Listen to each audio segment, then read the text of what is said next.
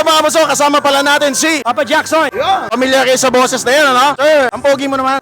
Pag ganitong oras, mamaya pangit na rin.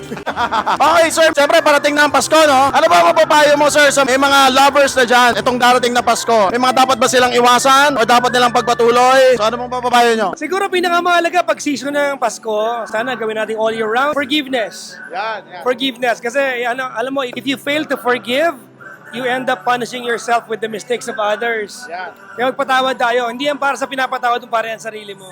Ito naman po, ano po mapapayo naman natin sa mga naghahanap pa lang ng lovers nila? Kasi for sure, pag wala silang nahanap itong malamig ang kanilang Pasko. Paano ba mapainit ang Pasko kahit walang jowa, Bells? Naku, huwag niyo madaliin. Kung walang jowa talaga, spend time with your friends or family.